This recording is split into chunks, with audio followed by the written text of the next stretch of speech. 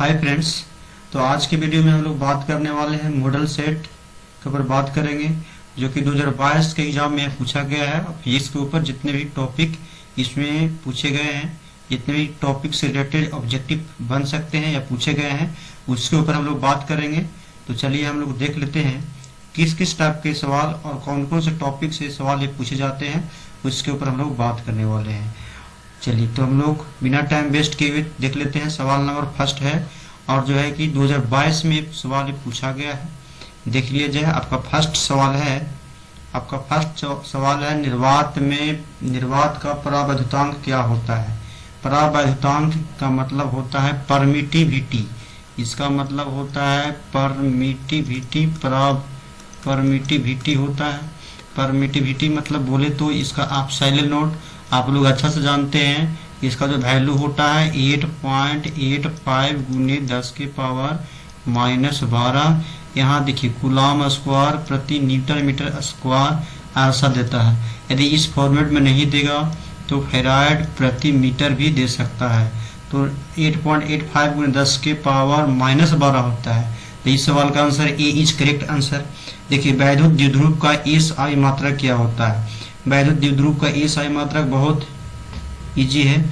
सबसे पहले जान लिया जाए कि वैद्युत द्विध्रुव किसको कहते हैं। वैद्युत द्विध्रुव का मतलब क्या होता है। मान लिया जाए कि कोई लाइन है और इस लाइन पे दो को चार्ज मान लिया कि क्यू है और यहाँ पे प्लस क्यू है, माइनस क्यू प्लस क्यू है। दोनों के बीच का सेपरेशन क्या है, आर है। तो इसी को बोला जाता है इलेक्ट्रिक डायपोल। इन दोनों का अरेंजमेंट जो होता है इलेक्ट्रिक डायपोल कहलाता है। इसको पी से डिनोट करते हैं। पी बराबर दोनों चार्ज के बीच का सेपरेशन और इनटू आवेश से गुना कर दीजिए। तो ये क्या होता है, चार्ज का होता है कूलम और दोनों बीच का दूरी का क्या हो जाए मीटर। तो कूलम प्रति meter B is correct answer हो गया। अगेन देख लिया जाए सवाल नंबर 3 क्या है। सवाल नंबर 3 है कूलम के नियम का सदिश निरूपण क्या होता है। तो कूलम का नियम का सदिश निरूपण जो होता है, सबसे पहले देखा जाए कूलम का नियम क्या है। तो कूलम का नियम दो चार्ज के बीच लगता है, Q1 और Q2 लगता है, बीच का डिस्टेंस R है। तो इन दोनों चार्ज के बीच लगने वाला इलेक्ट्रोस्टैटिक फोर्स वैद्युत स्थिर बल जो होता है K × Q1 Q2 अपॉन में R² होता है। और यहाँ से यदि सदिश निरूपण बोल रहा है तो इसको Q कर दीजिए और मोड लगा दीजिए और यहाँ जो है कि वेक्टर से गुना कर दीजिए। ये आपका सदिश निरूपण हो गया। तो इस सवाल का answer A is correct answer हो जाएगा। अगेन देख लिया जाए किसी चालक की धारता क्या होता है। देखिए किसी भी चालक में आवेश कितना आ सकता है, आवेश के ग्रहण करने की क्षमता जो होती है चालक की धारता कहलाती है। मान लिया जाए कि इस एक गोलीय चालक है, इसमें कितना आवेश आ सकता है, उसी को बोला जाता है चालक की धारता। चालक की धारता को सी से डिनोट करते हैं और चालक की धारता बराबर सी बराबर होता है Q/V होता है। Q/V चालक की धारता कहाँ है भाई, C बराबर Q/V है कहीं, नहीं तो C बराबर Q/V है। डी करेक्ट आंसर हो गया। आवेश की चालक की ऊर्जा बराबर क्या होता है। देखिए आवेश की चालक की ऊर्जा बराबर यानी इसमें कितना एनर्जी स्टोर होगा। तो E बराबर हम इसे ऐसे भी लिखे थे 1/2C × V²। एक और फॉर्मूला था 1/2 Q²/C। एक और फार्मूला था 1/2। देखिए यहाँ से जो V बराबर इस फार्मूला से यहाँ रिलेट कीजिएगा तो देखिए 1/2 CV² Q²/2C और एक होता है Q × V होता है। तो जो भी आंसर होगा 1/2 CV²। तो इस सवाल का आंसर जो है 5 का बी इज करेक्ट आंसर हो जाएगा 1/2 CV²। यहाँ से 3 फार्मूला रिलेट करके इसको चाहे तो आप याद कर सकते हैं। अगेन देख लीजिए यदि समान धारिता के C1 के n संधारित्र को समांतर क्रम में जोड़ा जाता है तो समतुल्य धारिता क्या होगी। इसका मतलब क्या होगा, देखिए क्या कह रहा है कि देखिए यहाँ पर संधारित्र है और सभी का धारिता क्या है, एक समान है और इसको समांतर क्रम में जोड़ा जाएगा। याद रख लीजिएगा यदि पैरेलल में जोड़ेगा तो डायरेक्ट जुड़ जाता है। तो कितना है, तो n संधारित्र रहते n लिख दीजिए और कै को संधारित्र जोड़ा जाता है, इन संधारित्र को जोड़ा जाता है। प्रत्येक की धारिता कितना C1 है तो इसको क्या कर दें गुना। यदि इसी सवाल में सिर्फ कहता श्रेणी क्रम में जोड़ा जाता है तो C1 बटा में n हो जाता है। तो ये आपका answer C is correct answer हो जाएगा। और सीरीज के लिए श्रेणी क्रम के लिए C1 बटा में n हो जाता है। देखिए y के लिए परावैद्युतांक क्या होती है। वाई के लिए परावैद्युतांक जो होता है याद रख लीजिएगा, याद करने वाला पॉइंट 3 × 10⁻6 वोल्ट प्रति मीटर, ये परावैद्युतांक होता है। ये पूछा गया सवाल है, देखिए 2022 में। देखिए अगेन देखिए, किसी बिंदु पर वैद्युत क्षेत्र की तीव्रता क्या होता है, इलेक्ट्रिक फील्ड इंटेंसिटी क्या होता है, तो हम लोग जानते हैं F बराबर क्या होता है, F बराबर Q × E होता है। F बराबर Q × है कहाँ, Q × E हो गया, F बराबर तो नहीं है, F बराबर, तो यहाँ से E बराबर देख लिया जाए तो F बटा Q भी हो सकता है। यहाँ से E बराबर देखिएगा तो F बटा क्या हो जाएगा, Q, तो F बटा Q B is correct answer. आवेश का पृष्ठीय घनत्व क्या होता है, आवेश का पृष्ठीय घनत्व का मतलब सरफेस चार्ज डेंसिटी, आवेश का पृष्ठीय घनत्व का मतलब सरफेस चार्ज डेंसिटी, आवेश का पृष्ठीय घनत्व का मतलब सरफेस चार्ज डेंसिटी, और इसको हम सिग्मा से डिनोट करते हैं, और सिग्मा बराबर होता है Q/A। जो ऑप्शन होगा वही आपका आंसर होगा। Q/A है कहीं, Q/A इज करेक्ट आंसर। गोलीय संधारित्र की धारिता बराबर क्या होता है, देखिए अब यहाँ पे डिपेंड करता है, गोला है तो एक गोला बना लीजिए, इसका धारिता कितना होता है, तो गोलीय संधारित्र की धारिता जो होगा, देखिए यदि केवल गोलाकार रहता तो इसका जो संधारित्र बराबर फॉर्मूला जो होता है 4πε0 × r, लेकिन ये सकेंद्रीय वाला पूछ रहा है, गोला के अंदर ही गोला है, तो ए वाला सवाल पूछ रहा है, तो इसका जो ऑप्शन होगा 10 का ए इज करेक्ट आंसर होगा। याद कर जाइएगा, इस टाइप का सवाल होगा। देखिए सी बराबर जो होता है 4πε0 स्मॉल r × कैपिटल R, और जो है स्मॉल r में से कैपिटल R को घटा दीजिएगा, ये आपका हो गया गोलीय सकेंद्रीय रहेगा, तब ये सकेंद्रीय वाला के लिए दिया है। डबल सर्किल के अंदर सर्किल रहता उसके लिए यहाँ पे ये दिया गया, ये सर्किल है ना, इसके अंदर ही ये सर्किल रहता उसके लिए दिया गया सेकेंडरी संधारित्र की धारिता बराबर, ए इज करेक्ट आंसर हो जाएगा। अगेन देख लीजिए यहाँ पे दिया है आपका सवाल है μ1 μ2 के बराबर होता है, बहुत इंपॉर्टेंट है, चाहे ऐसे पूछेगा। देखिए क्या लिखा हुआ है μ1 और यहाँ पे μ2, तो जो नीचे रहता है ना उसको ऊपर लिखा जाता है, तो ये हो गया μ2 हो गया। ये क्या है म्यू क्या है, तो अपर्तनांक है, अपर्तनांक, ठीक है, तो ये नीचे वाला को ऊपर कर दीजिए और ऊपर वाला को नीचे हो जाएगा, ये आपका आंसर हो जाएगा। तो μ2 बटा μ1 है कहीं, तो इस सवाल का answer A is correct answer. अच्छा म्यू क्या है, तो म्यू को बोला जाता है रिफ्रैक्टिव इंडेक्स अपर्तनांक।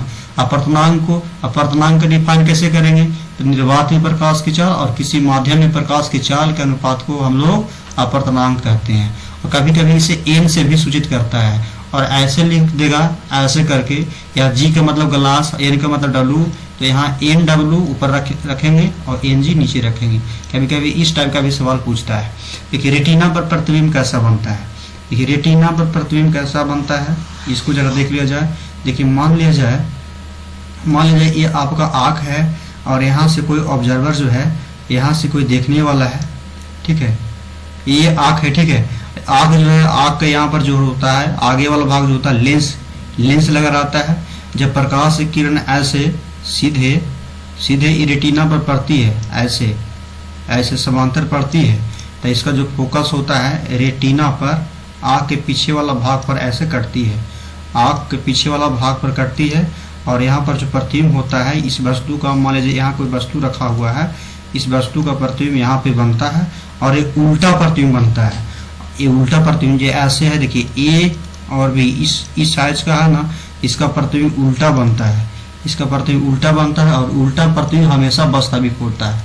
जो उल्टा प्रतिबिंब जो होता है हमेशा वास्तविक होता है, याद रख लीजिएगा। उल्टा प्रतिबिंब रियल होता है, तो वास्तविक और उल्टा, और वास्तविक प्रतिबिंब जो होता है पर्दे पर प्राप्त किया जा सकता है, ये भी याद रख लीजिएगा। खगोलीय दूरबीन का आवर्धन क्या होता है, मैग्निफिकेशन ऑफ टेलीस्कोप बराबर होता है -FE/FO। याद कर जाइएगा, खगोलीय दूरबीन की आवर्धन जो होता है -FE होता है। FO क्या है, तो ये ऑब्जेक्टिव लेंस का फोकस दूरी है, और FE क्या है, तो आई लेंस का फोकस दूरी है, तो आपका हो जाएगा FO/FE, B is correct answer. Again देख लीजिए, निम्नलिखित में इंद्रधनुष का निर्माण किसके कारण होता है, तो इंद्रधनुष का निर्माण जो होता है ये आपका प्रकाश का वर्ण विक्षेपण के कारण होता है। अच्छा निम्नलिखित में सूक्ष्मदर्शी का आवर्धन क्या होता है? सिंपल माइक्रोस्कोप का आवर्धन क्षमता बराबर जो होता है, सिंपल माइक्रोस्कोप का आवर्धन क्षमता जो होता है 1 प्लस एम बराबर होता है 1 प्लस डी अपॉन में एफ। ये आपको प्रूफ भी करना है, तो इसको ये आंसर हो जाएगा। दो संपर्क में दो लेंस को रखा जाता है तो एक वायलेंट पावर क्या होगा? याद रख जाइएगा, बहुत इंपॉर्टेंट है। यदि दो लेंस को आपस में संपर्क में रखते हैं, दो लेंस है, ऐसा लेंस है और ये ऐसा लेंस है, दोनों को इसका पावर मान लीजिए P1 है और इसका पावर P2 है, दोनों को संपर्क में रखा जाता है तो एक वायलेंट पावर जो होता है दोनों ऐड हो जाता है, P1 और P2 के बराबर हो जाता है। इस टाइप के सवाल का आंसर जो है ए इज करेक्ट आंसर हो जाएगा। अगेन देख लिया जाए 17 नंबर सवाल बहुत इंपॉर्टेंट है। देखिए म्यू रिफ्रैक्टिव इंडेक्स है, ठीक है, और क्या पूछ रहा है तब, देखिए पूछ दिया, इसका मतलब क्या है? इसका मतलब क्या है? ए डब्ल्यू लिखा हुआ है, म्यू लिखा हुआ है, जी हुआ, इसका मतलब है कांच का अपवर्तनांक, इसका मतलब है कांच का अपवर्तनांक, इसका मतलब है कांच का अपवर्तनांक किसके सापेक्ष? कांच का अपवर्तनांक पानी के साथ, इसके ऐसे पढ़ेंगे, कांच का अपवर्तनांक पानी के साथ। देखिए अभी क्या बताया, ऐसे था, लिखा हुआ था म्यू 1 और 2 लिखा हुआ था, तो इसको नीचे वाला को ऊपर किए थे, 2 लिखा था तो, और यहाँ पे 1 किए थे, तो इसी टाइप का तो सवाल है। तो इसको क्या करेंगे भाई, इसको करने वाले हैं म्यू और जी को ऊपर कर देंगे और म्यू डब्ल्यू को नीचे कर देंगे। और म्यू जी का मान कितना है? म्यू जी का मान 3/2 है, तो इसको लिख देंगे 3/2 और म्यू डब्ल्यू का मान क्या है? म्यू डब्ल्यू का मान 4/3। और कैलकुलेट कीजिएगा तो ऊपर में चला जाएगा, कैलकुलेट कीजिएगा तो ऊपर में चला जाएगा, आपका आंसर हो जाएगा 3 3 9 और 4 दूनी 8, 9/8, 9/8 कहाँ है भाई? सी इज करेक्ट आंसर।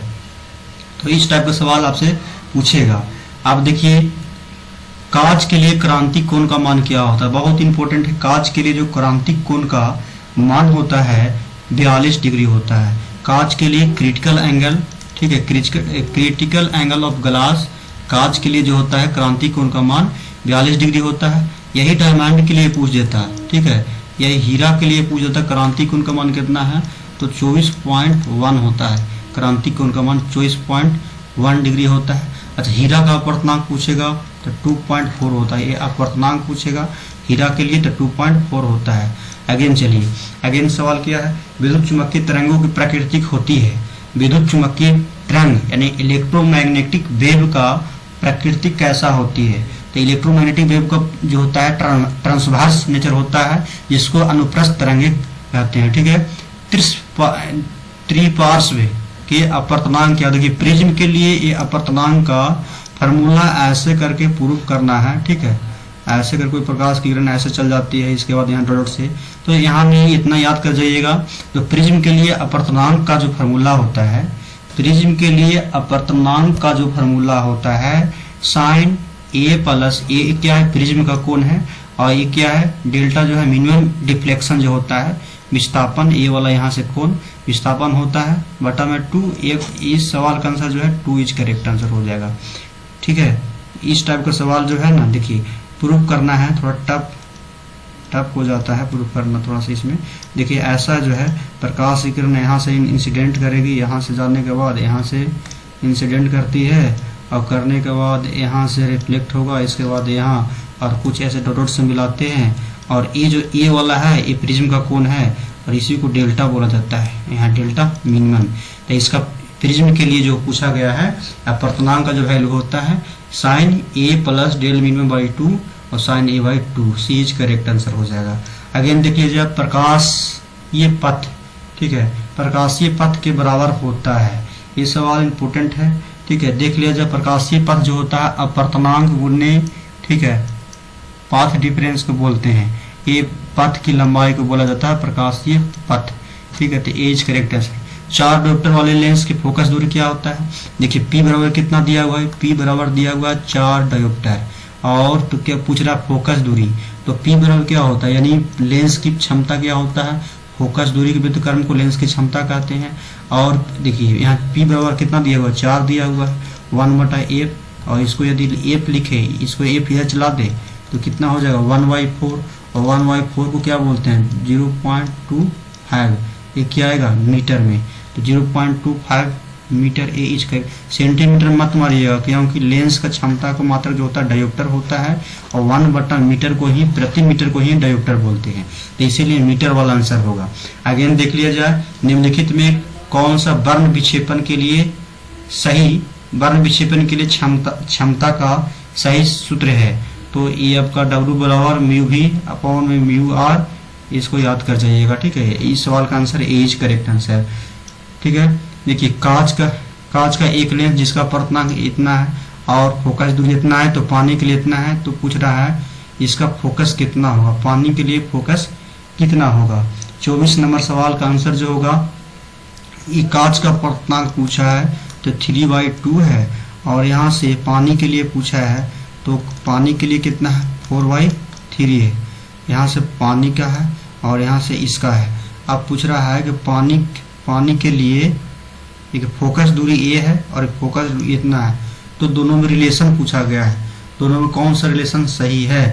कांच के लिए इसका अपवर्तनांक इतना है और इसका फोकस दूरी ए है, कांच में हवा के लिए अपवर्तनांक फोकस दूरी इतना है, तो W में संबंध है।